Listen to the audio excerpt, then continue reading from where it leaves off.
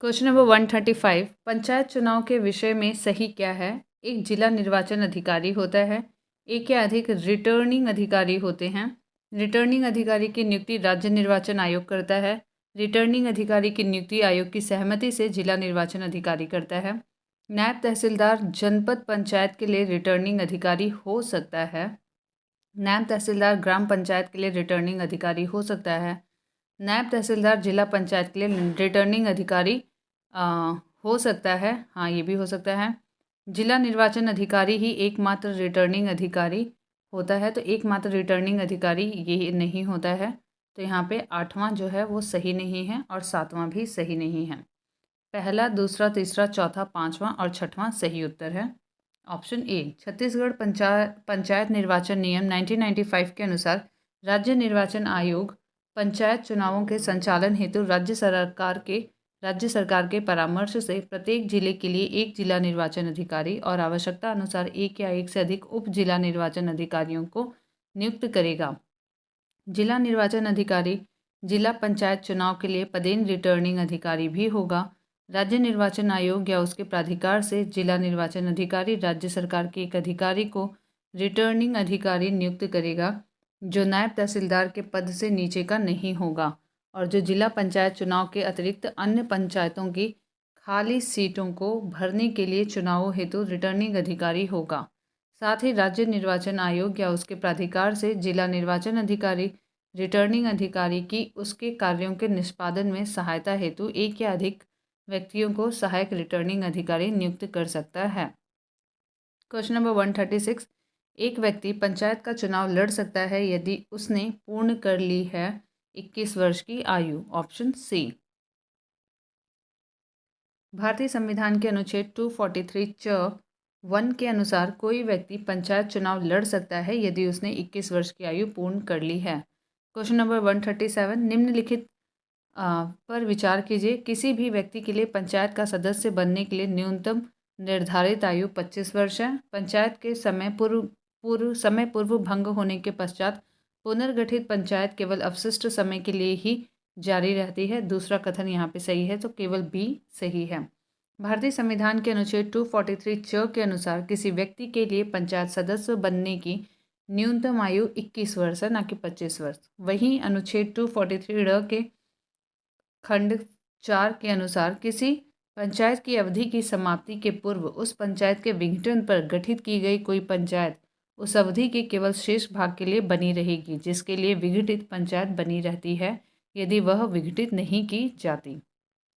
Question number 138 वह college का विद्यार्थी अपने नगर की नगर परिषद म्युनिसिपल काउंसिल में चुने जाने का इच्छुक है। उसके नामांकन की वैधता अन्य शर्तों के साथ साथ इस महत्वपूर्ण शर्त पर निर्भर होगी कि वह अपने कॉलेज के प्राचार्य से अनुमति प्राप्त कर ले, वह किसी राजनीतिक दल का सदस्य हो, उसका नाम मतदाता सूची में सम्मिलित हो। Option C. नगर परिषद में चुने जाने के लिए वह तभी योग्य होगा जब उसका नाम मतदाता सूची में सम्मिलित हो।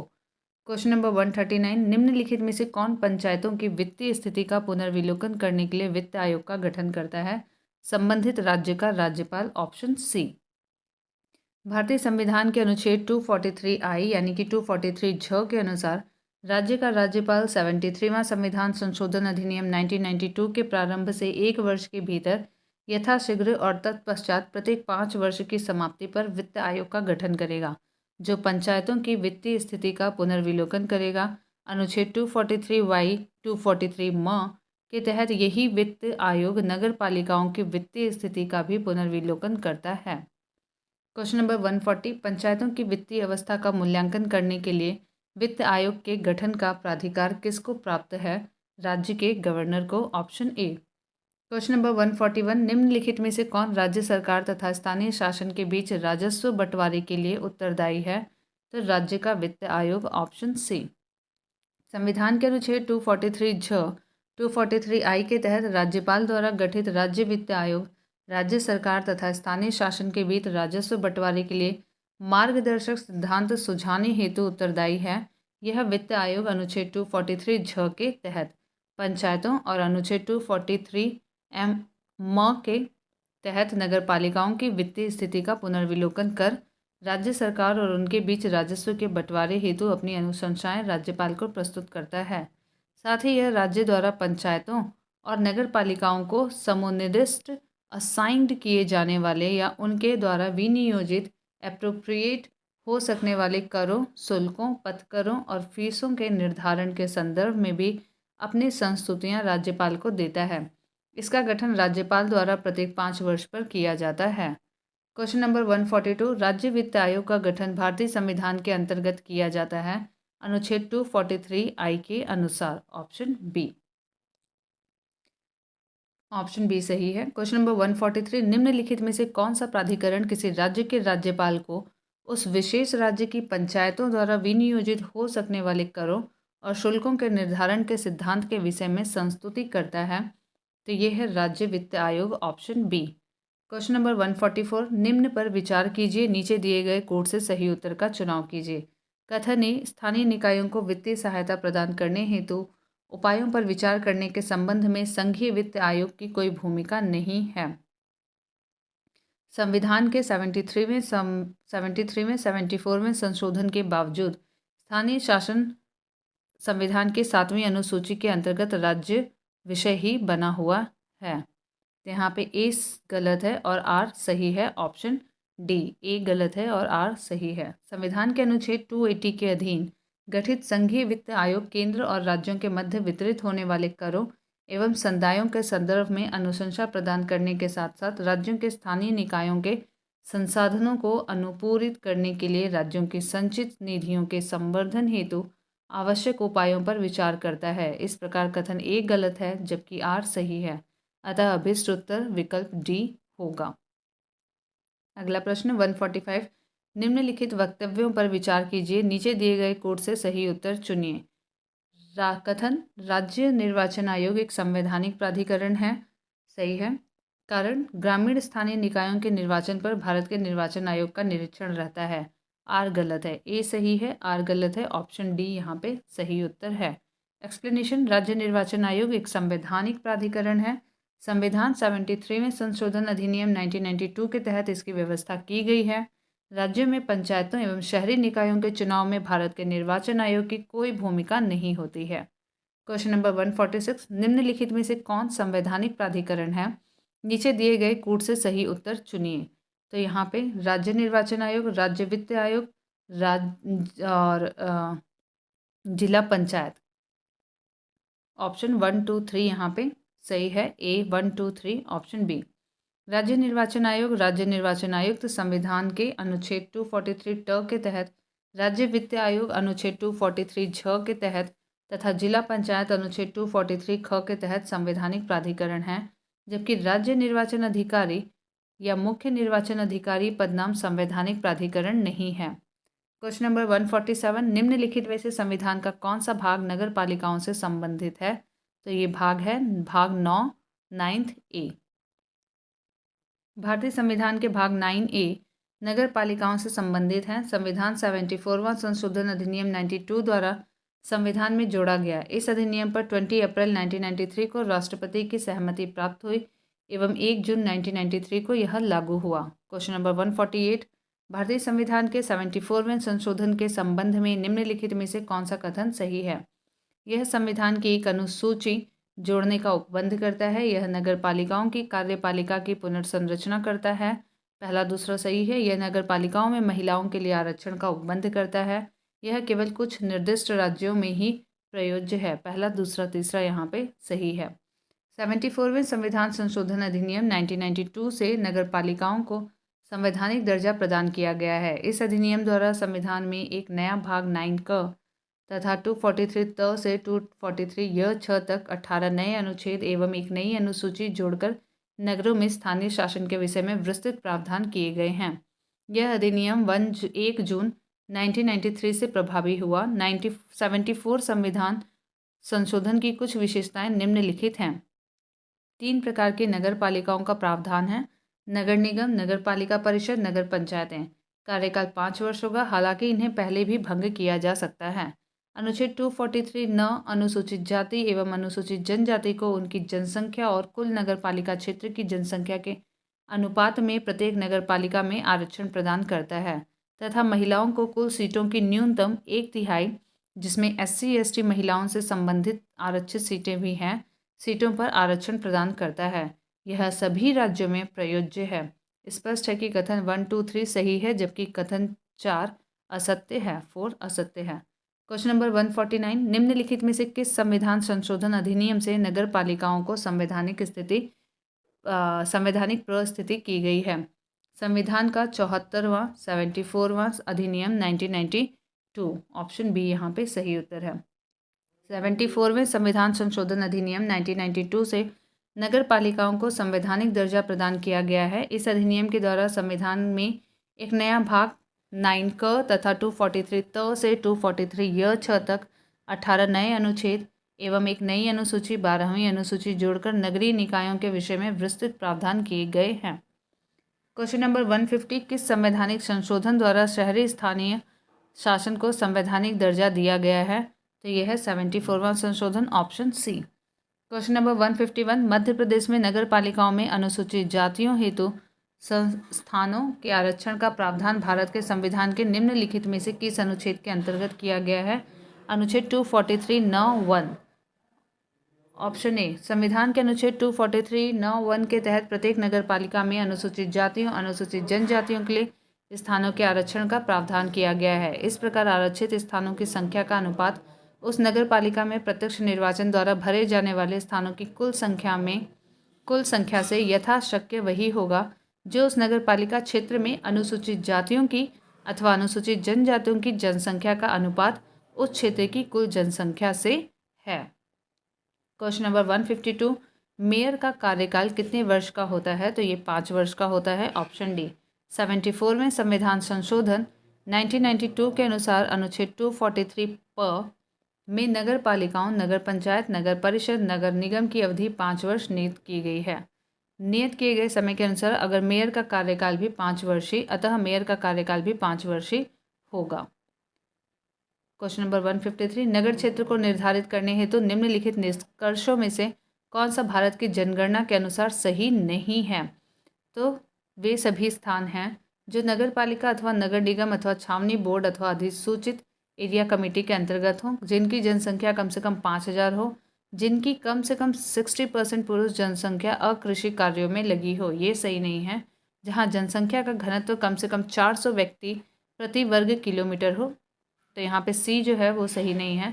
भारत की जनगणना के अनुसार ऐसे सभी स्थान जहाँ नगर पालिका, म्युनिसिपल पालिटी, नगर निगम, कॉरपोरेशन, छावनी बोर्ड, कैंटोनमेंट बोर्ड या अधिसूचित नगर क्षेत्र, नोटिफाइड टाउन एरिया कमेटी आदि शामिल हों, नगरीय क्षेत्र के अंतर्गत आते हैं, जो निम्नलिखित 3 शर्तों के साथ पूरी करते हैं, एक साथ पूरी करते हैं। ये शर्तें, पहला है न्यूनतम जनसंख्या 5000 हो, कार्यशील पुरुषों का न्यूनतम 75%, गैर कृषि नॉन एग्रीकल्चरल कार्यों में संलग्न हो, तीसरा जनसंख्या घनत्व कम से कम 400 व्यक्ति प्रति वर्ग किलोमीटर हो। क्वेश्चन नंबर 154, यदि पंचायत और छावनी बोर्ड के मध्य विवाद हो तो अंतिम निर्णय कौन लेगा? यहाँ पे अंतिम निर्णय राज्य सरकार एवं केंद्र सरकार के अनुमोदन के अधीन होगा, ऑप्शन डी। छत्तीसगढ़ नगर पालिका परिषद अधिनियम 1961 की धारा 79(2) के अंतर्गत पंचायत और छावनी बोर्ड के मध्य विवाद की स्थिति में अंतिम निर्णय के संबंध में वर्णन किया गया है, जिसके अनुसार यदि पंचायत और छावनी बोर्ड के मध्य विवाद हो तो अंतिम निर्णय राज्य सरकार और केंद्र सरकार के अनुमोदन के अधीन, राज्य सरकार जो है वो केंद्र सरकार के अनुमोदन के अधीन करेगी। क्वेश्चन नंबर 155, किसी राज्य में नगर पालिका का सीमा क्षेत्र अधिसूचित करने के लिए निम्नलिखित में से कौन सक्षम है? तो यहाँ पे सक्षम राज्यपाल है, ऑप्शन बी। राज्यपाल थे संबंधित राज्य के राज्यपाल, ऑप्शन बी। भारतीय संविधान के भाग 9 क अनुच्छेद 243 त यानी घ के तहत किसी राज्य में नगर पालिका का सीमा क्षेत्र संबंधित राज्य के राज्यपाल द्वारा अधिसूचित किया जाता है। क्वेश्चन नंबर 156, राजस्थान नगर पालिका अधिनियम 2009 के प्रावधानों के अनुसार राज्य सरकार द्वारा नगर परिषद में अधिकतम कितने व्यक्ति नाम निर्दिष्ट किए जा सकते हैं? Option C 8। राजस्थान नगर पालिका अधिनियम 2009 की धारा 6 में वर्ष 2021 में हुए नवीनतम संशोधन के पश्चात वर्तमान में राज्य सरकार द्वारा नगर पालिका प्रशासन का विशेष ज्ञान या अनुभव रखने वाले अधिकतम 8 व्यक्तियों को नगर परिषद में अधिकतम 6 व्यक्तियों को नगर पालिका बोर्ड में, अधिकतम 12 व्यक्तियों को नगर निगम में नाम निर्दिष्ट किया जा सकता है। क्वेश्चन नंबर 157, नगर पालिका का सदस्य चुने जाने के लिए कोई व्यक्ति निरस्त नहीं होगा 21 वर्ष की आयु सीमा पर, यानी कि उसे कम से कम 21 वर्ष की आयु सीमा प्राप्त करनी होगी। 21 वर्ष का होना जरूरी है। संविधान के अनुच्छेद 243 फ यानी 243 वी के खंड 1 क के परंतु के अनुसार नगर पालिका का सदस्य चुने जाने के लिए कोई व्यक्ति निरस्त नहीं होगा यदि उसने 21 वर्ष की आयु प्राप्त कर ली है। क्वेश्चन नंबर 158, नगर पालिका परिषद का चुनाव लड़ने के लिए अर्हता क्या है? अध्यक्ष पद हेतु उसकी आयु 25 वर्ष से कम नहीं होनी चाहिए। पार्षद हेतु उसकी आयु 21 वर्ष से कम नहीं होनी चाहिए। जिसका नाम मतदाता सूची में है चुनाव लड़ सकता है। कोई भी व्यक्ति जो वार्ड से पार्षद का चुनाव एक साथ लड़ सकता है। कोई भी व्यक्ति अध्यक्ष या पार्षद का चुनाव एक साथ लड़ सकता है। आइए इसके ऑप्शंस देखते हैं क्या है। तो यहाँ पे कई सारे ऑप्शंस हैं। इसमें बी ऑप्शन सही है। पहला, दूसरा और पांचवा कथन सही था। आइए एक बार यहाँ पे देख लेते हैं। छत्तीसगढ़ नगर पालिका अधिनियम 1961 यथा संशोधित की धारा 34 के अंतर्गत नगर पालिका परिषद के चुनाव के लिए अर्हताएं दी गई हैं, जिसके अनुसार जिस व्यक्ति का नाम नगर पालिका मतदाता सूची में है वह चुनाव लड़ने में अर्हता रखता है। अध्यक्ष पद हेतु उसकी आयु 25 वर्ष से कम नहीं होनी चाहिए, ये भी सही था। और पार्षद हेतु उसकी आयु 21 वर्ष से कम नहीं होनी चाहिए, 34(1)(b) में मेंशन है। कोई व्यक्ति 2 वार्ड से पार्षद का चुनाव एक साथ नहीं लड़ सकता है, 34(2). कोई भी व्यक्ति यदि अध्यक्ष और पार्षद चुना जाता है तो ऐसी स्थिति में 7 दिनों के अंदर एक पद से इस्तीफा देना होगा, 34(4) के तहत। अतः स्पष्ट है कि कथन 1, 2, 5 सही हैं, जबकि कथन 3 और 4 गलत हैं। धारा 34(1)(a) के तहत नगर पालिका परिषद का चुनाव लड़ने के लिए नाम नगर पालिका मतदाता सूची में दर्ज होना चाहिए, न कि किसी भी मतदाता सूची में। क्वेश्चन नंबर 159, नगर पालिका की अवधि के विषय में सही क्या है? नगर पालिका की अवधि की गणना निर्वाचन परिणाम की घोषणा की तिथि से की जाती है। नगर पालिका की अवधि की गणना प्रथम सम्मेलन की तिथि से की जाती है। नगर पालिका की अवधि 5 वर्ष होती है। यदि नगर पालिका 2 वर्ष में विघटित कर दी गई हो तो नई नगर पालिका 3 वर्ष की अवधि के लिए गठित की जाएगी। तो यहाँ पे तीसरा भी सही है और चौथा भी सही है। यदि नगर पालिका 2 वर्ष में विघटित कर दी गई हो तो नई नगर पालिका 5 वर्ष की अवधि के लिए गठित की जाएगी। दूसरा, तीसरा और चौथा यहाँ पे सही है, ऑप्शन बी। दूसरा, तीसरा और चौथा ऑप्शन बी सही है। एक्सप्लेनेशन देखते हैं। संविधान के अनुच्छेद 243 पर यानी कि 243 यू तथा छत्तीसगढ़ नगर पालिका परिषद अधिनियम 1961 यथा संशोधित की धारा 36 के अनुसार नगर पालिका की अवधि की गणना प्रथम सम्मेलन यानी कि बैठक की तिथि से की जाती है तथा नगर पालिका की अवधि 5 वर्ष की होती है और किसी नगर पालिका की अवधि की समाप्ति के पूर्व उस नगर पालिका के विघटन पर गठित की गई कोई नगर पालिका उस अवधि के केवल शेष भाग के लिए ही गठित की जाती है। इस प्रकार यदि नगर पालिका 2 वर्ष में विघटित कर दी गई तो नई नगर पालिका 3 वर्ष के लिए गठित की जाएगी। क्वेश्चन नंबर 160, नगर पालिका परिषद के अध्यक्ष के प्रत्यावर्तन के विषय में सही क्या है? परिषद के 3/4 सदस्य के हस्ताक्षरित प्रस्ताव के द्वारा प्रत्यावर्तन की प्रक्रिया प्रारंभ की जा सकती है। दूसरा, परिषद के 3/4 निर्वाचित सदस्यों के हस्ताक्षरित प्रस्ताव के द्वारा प्रत्यावर्तन की प्रक्रिया प्रारंभ की जा सकती है। यदि परिषद बहुमत से प्रत्यावर्तन का प्रस्ताव पारित करती है तो कलेक्टर कार्यवाही करेगा। सामान्य मतदाताओं द्वारा बहुमत से पारित होने पर अध्यक्ष को प्रत्यावर्तित किया जा सकता है। सामान्य मतदाताओं द्वारा 2/3 बहुमत से पारित होने पर अध्यक्ष को प्रत्यावर्तित किया जा सकता है। पूरे कार्यकाल में केवल एक बार प्रत्यावर्तन की प्रक्रिया प्रारंभ की जा सकती है। पूरे कार्यकाल में 2 बार प्रत्यावर्तन की प्रक्रिया प्रारंभ की जा सकती है। तो दूसरा, चौथा और छठा यहाँ पे सही है। दूसरा, चौथा और छठा ऑप्शन बी में है। ऑप्शन बी, छत्तीसगढ़ नगर पालिका अधिनियम 1961 की धारा 47 के अंतर्गत नगर पालिका परिषद के अध्यक्ष के प्रत्यावर्तन के विषय में वर्णन किया गया है।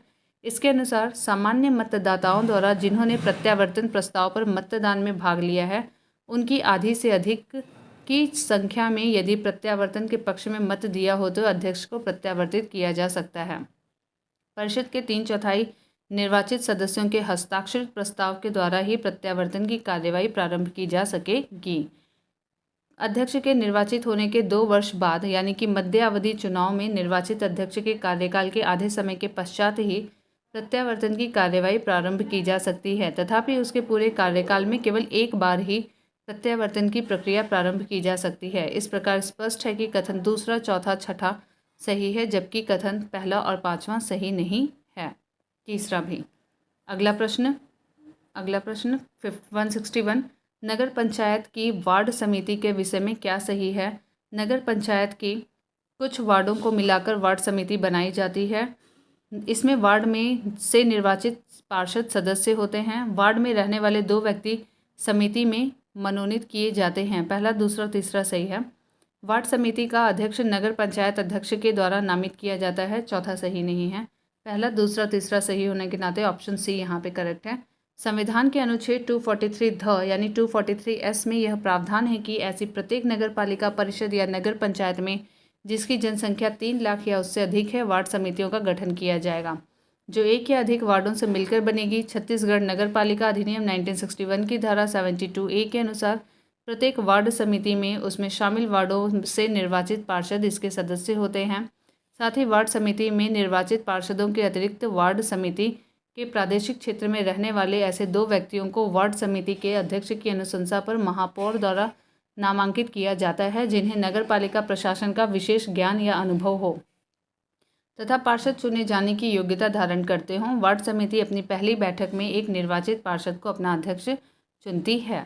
क्वेश्चन नंबर 162, यदि एक पार्षद विधि व्यवसायी होते हुए किसी अन्य व्यक्ति की ओर से नगर पालिका पार्षद के विरुद्ध कार्य करता है तो क्या होगा? कलेक्टर उसे पद से हटा देगा। Option A.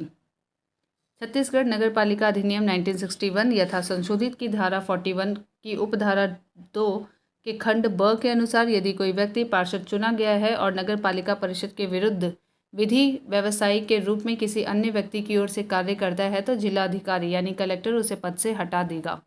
अगला प्रश्न, क्वेश्चन नंबर 163, उत्तर प्रदेश में किसी नगर पालिका के अध्यक्ष का निर्वाचन किया जाता है अपने नगर क्षेत्र में निर्वाचित सभी वयस्कों द्वारा, अपने नगर क्षेत्र के निर्वाचन सूची में सम्मिलित सभी निर्वाचकों द्वारा, नगर निकाय के निर्वाचित सदस्यों द्वारा, अपने नगर क्षेत्र वार्डों के निर्वाचकों में से। दूसरा और चौथा यहाँ पे सही है। ऑप्शन सी, दूसरा और चौथा। उत्तर प्रदेश नगर पालिका अधिनियम 1916 यथा संशोधित के प्रावधानों के तहत वर्तमान में उत्तर प्रदेश में किसी नगर पालिका के अध्यक्ष का निर्वाचन अपने नगर क्षेत्र के निर्वाचन सूची में सम्मिलित सभी निर्वाचकों द्वारा, जो कि उस नगर क्षेत्र के वार्डों के निर्वाचक भी होते हैं, किया जाता है। क्वेश्चन नंबर 164, निम्न युग्मों में से कौन सा एक सुमेलित नहीं है? लखनऊ में छावनी परिषद सही है, कानपुर में नगर निगम सही है, गाजियाबाद में भी नगर निगम है, नगर पालिका नहीं, इसलिए यही सुमेलित नहीं है। काकोरी में नगर पंचायत है। ऑप्शन सी। गाजियाबाद में नगर पालिका परिषद नहीं बल्कि नगर निगम है। अन्य विकल्प सही सुमेलित है। लखनऊ में नगर निगम के साथ साथ छावनी परिषद भी है। क्वेश्चन नंबर 165, संविधान के 73 में और 74 में संविधान संशोधन निम्न में से किनके सृजन के लिए उत्तरदायी है? राज्य निर्वाचन आयोग, जिला निर्वाचन नियोजन आयोग समिति, राज्य वित्त आयोग, राज्य संपत्ति पर मूल्य निर्धारण बोर्ड। 1, 2, 3 यहाँ पे सही है। 1, 2, 3 ऑप्शन बी। एक्सप्लेनेशन देखते हैं इसका। पंचायतों के लिए संविधान के 73 में संशोधन अधिनियम 1992 द्वारा निम्न के प्रावधान हैं। राज्य निर्वाचन आयोग अनुच्छेद 243 के एवं राज्य वित्त आयोग अनुच्छेद 243 आई, जबकि नगर पालिकाओं के लिए 74 में संशोधन अधिनियम 1992 द्वारा निम्न के प्रावधान किए गए हैं। राज्य निर्वाचन आयोग अनुच्छेद 243 ZA, राज्य वित्त आयोग अनुच्छेद 243 वाई एवं जिला नियोजन समिति अनुच्छेद 243 ZD। अनुच्छेद 166 संविधान 73वां संशोधन अधिनियम 1992, जिसका लक्ष्य देश में पंचायती राज्य संस्थापनों को प्रोत्साहित करना है, निम्नलिखित में से किन या किस चीज़ों की व्यवस्था करता है? जिला योजना समिति का गठन करने, राज्य निर्वाचन आयोग द्वारा सभी पंचायतों का चुनाव करने, राज्य वित्त आयोग की स्थापना करने। दूसरा और तीसरा यहाँ पे सही है। Option C. देश में पंचायती राज्य संस्थानों को प्रोत्साहित करने के उद्देश्य से लागू संविधान 73वां संशोधन अधिनियम 1992 के तहत संविधान में अनुच्छेद 243 से लेकर 243 यानी कि 243 ओ तक पंचायतों के संबंध में व्यवस्था की गई है। इसमें अनुच्छेद 243 यानी 243 के अंतर्गत राज्य निर्वाचन आयोगों द्वारा सभी पंचायतों का चुनाव कराने की तथा अनुच्छेद 243 यानी 243 के तहत राज्य वित्त आयोग की स्थापना करने संबंधी व्यवस्थाएं हैं। जिला योजना समितियों के गठन की व्यवस्था अनुच्छेद 243 जेड डी में है, जो कि संविधान 74वां संशोधन अधिनियम 1992 से जोड़ा गया। क्वेश्चन नंबर 167, जिला आयोजन समिति में निर्वाचित व पदेन सदस्य कितने होते हैं? 20 और 5। ऑप्शन सी, भारतीय संविधान के अनुच्छेद 243 यानी कि जेड डी के अनुसार प्रत्येक राज्य में जिला स्तर पर एक जिला योजना समिति का गठन किया जाता है। इसमें उपबंधित है कि प्रत्येक राज्य में जिला स्तर पर जिले में पंचायतों और नगर पालिकाओं द्वारा तैयार की गई योजनाओं का समेकन और संपूर्ण जिले के लिए एक विकास योजना प्रारूप तैयार करने के लिए एक जिला योजना समिति का गठन किया जाएगा। इस समिति की सदस्य संख्या अलग अलग राज्यों में अलग अलग होती है। जैसे राजस्थान में 25, बिहार में 34, उत्तर प्रदेश में 40, छत्तीसगढ़ में 20 आदि। चूँकि प्रश्न राजस्थान लोक सेवा आयोग द्वारा पूछा गया, इसलिए विकल्प सी सही होगा। राजस्थान में जिला योजना समिति में 25 सदस्य होते हैं, जिनमें 20 निर्वाचित और 5 पदेन या मनोनीत सदस्य होते हैं। अगला प्रश्न 168, भारतीय संविधान के कौन से अनुच्छेद में जिला योजना समिति का गठन होता है? तो अनुच्छेद 243 Z D, option A. Question number 169, निम्नलिखित पंचायतों में से किसे या किन्हें उत्तर प्रदेश में जिला योजना में सम्मिलित किया जाता है? नगर पंचायत, ग्राम पंचायत, क्षेत्र पंचायत, तीनों को ही, इसलिए ऑप्शन होगा डी 1, 2, 3 सभी। उत्तर प्रदेश जिला योजना समिति अधिनियम 1999 के अनुसार जिला योजना के अंतर्गत ऐसे विषय समाविष्ट होंगे जो यथास्थिति ग्रामीण क्षेत्रों के लिए संयुक्त प्रांत पंचायती राज अधिनियम 1947 और उत्तर प्रदेश क्षेत्र पंचायत तथा जिला पंचायत अधिनियम 1961 द्वारा नगरीय क्षेत्र के लिए उत्तर प्रदेश नगर पालिका अधिनियम 1916 या उत्तर प्रदेश नगर निगम अधिनियम 1959 में प्रमाणित किए गए हों। इस प्रकार स्पष्ट है कि उपर्युक्त तीनों विकल्प सही हैं। क्वेश्चन नंबर 170, निम्नलिखित कथनों पर विचार कीजिए। भारत में महानगर योजना समिति भारतीय संविधान के प्रावधानों के अंतर्गत गठित होती है। उस महानगरीय क्षेत्र के लिए विकास योजना प्रारूप तैयार करती है। उस महानगरीय क्षेत्र में सरकार की प्रायोजित योजनाओं को लागू करने का पूर्ण दायित्व पूरा करती है। पहला और दूसरा यहाँ पे सही है, इसलिए ऑप्शन ए यहाँ पे सही उत्तर है। भारतीय संविधान के अनुच्छेद 243 ZE के तहत देश के प्रत्येक महानगर क्षेत्र के लिए विकास योजना का प्रारूप तैयार करने के लिए एक महानगर योजना समिति के गठन का प्रावधान किया गया है। तथापि इसका कार्य विकास योजना का प्रारूप तैयार कर संबंधित सरकार को भेजने तक सीमित है। अगला प्रश्न है 171, निम्नलिखित में से कौन महात्मा गांधी राष्ट्रीय ग्रामीण रोजगार गारंटी अधिनियम के अंतर्गत लाभ प्राप्त करने का पात्र है? केवल अनुसूचित जाति अनुसूचित जनजाति परिवारों के वयस्क सदस्य, केवल लगने से गलत हो गया। करीबी रेखा से नीचे BPL परिवारों के वयस्क सदस्य, सभी पिछड़े समुदायों के परिवारों के वयस्क सदस्य, किसी भी परिवार के वयस्क सदस्य। ऑप्शन डी यहाँ पे सही उत्तर है। राष्ट्रीय ग्रामीण रोजगार गारंटी अधिनियम नरेगा अगस्त 2005 में संसद द्वारा पारित हुआ था। इसे 5 सितंबर 2005 को राष्ट्रपति की स्वीकृति के पश्चात अधिसूचित किया गया था। इसे 2 फरवरी 2006 से लागू कर आंध्र प्रदेश के अनंतपुर जिले में इस योजना का प्रारंभ किया गया था। 2 अक्टूबर 2009 से इसका नामकरण महात्मा गांधी नरेगा MG नरेगा कर दिया गया था। इस योजना का उद्देश्य प्रत्येक वर्ष के दौरान प्रत्येक ग्रामीण परिवार जिसके वयस्क सदस्य कार्य करने के इच्छुक हैं को कम से कम 100 दिन के अकुशल अनस्किल्ड मैनुअल वर्क रोजगार की गारंटी उपलब्ध कराकर ग्रामीण क्षेत्रों में आजीविका सुरक्षा को बढ़ाना है। क्वेश्चन नंबर 172, महात्मा गांधी राष्ट्रीय ग्रामीण रोजगार गारंटी योजना में आयोजना बनाने, संपादन करने या क्रियान्वयन की जिम्मेदारी निम्न में से किसकी है? तो यह है ग्राम पंचायत की, ऑप्शन बी। महात्मा गांधी राष्ट्रीय ग्रामीण रोजगार गारंटी योजना के तहत प्रत्येक ग्राम पंचायत ग्राम सभा की सिफारिशों पर विचार करने के पश्चात एक विकास योजना तैयार करती है तथा मांग के अनुसार कार्यों के क्रियान्वयन एवं निष्पादन के लिए स्वयं उत्तरदायी होती है। क्वेश्चन नंबर 173, निम्नलिखित में से कौन सा एक सामुदायिक विकास का पहला स्थापित कार्यक्रम है? राष्ट्रीय प्रसार सेवा, ऑप्शन ए यहाँ पे सही उत्तर है। सामुदायिक विकास कार्यक्रम CDP देश में पर्याप्त वृद्धि प्रदान करने के लिए वर्ष 1952 में पायलट आधार पर शुरू किया गया था। सामुदायिक विकास का पहला स्थापित कार्यक्रम राष्ट्रीय प्रसार सेवा NES था, जो वर्ष 1953 में शुरू किया गया। भारत सरकार ने सामुदायिक विकास कार्यक्रम 1952 और राष्ट्रीय प्रसार सेवा 1953 के कामकाज की जांच के लिए बलवंत राय मेहता समिति का गठन 1957 में किया था।